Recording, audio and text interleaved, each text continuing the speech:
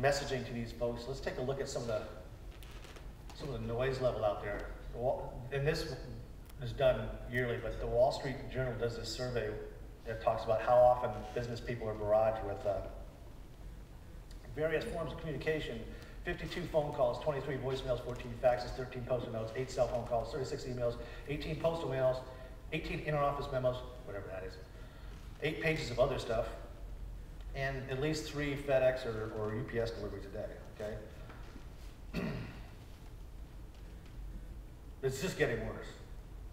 In fact, Ad Age reported that consumers are now exposed to a mind-numbing average of 6,000 messages every day. And when I say consumers, I mean our C-level folks. So this can often be who we're talking to, because they're getting so much information overload that if you're not doing your job and doing the things that we're talking about here today, this is what they're going to feel like. And this is not who we want to be talking to. We don't want this person, okay? This is, life is hard enough right now to be a CEO or at the C-suite. Let's be respectful of their time, and if we're going to craft messages and compete with all those other 6,000 messages in their sphere of influence, then let's at least be relevant to them.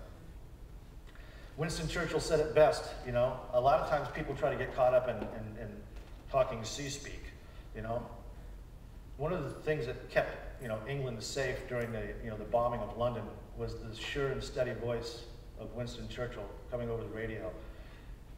It was calming.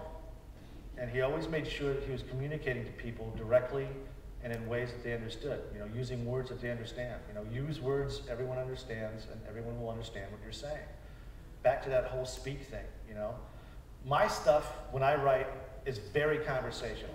I want to talk to a CEO like I'm sitting in the room with them, and I'm leaning over, and I'm going, Nancy, you and I both know.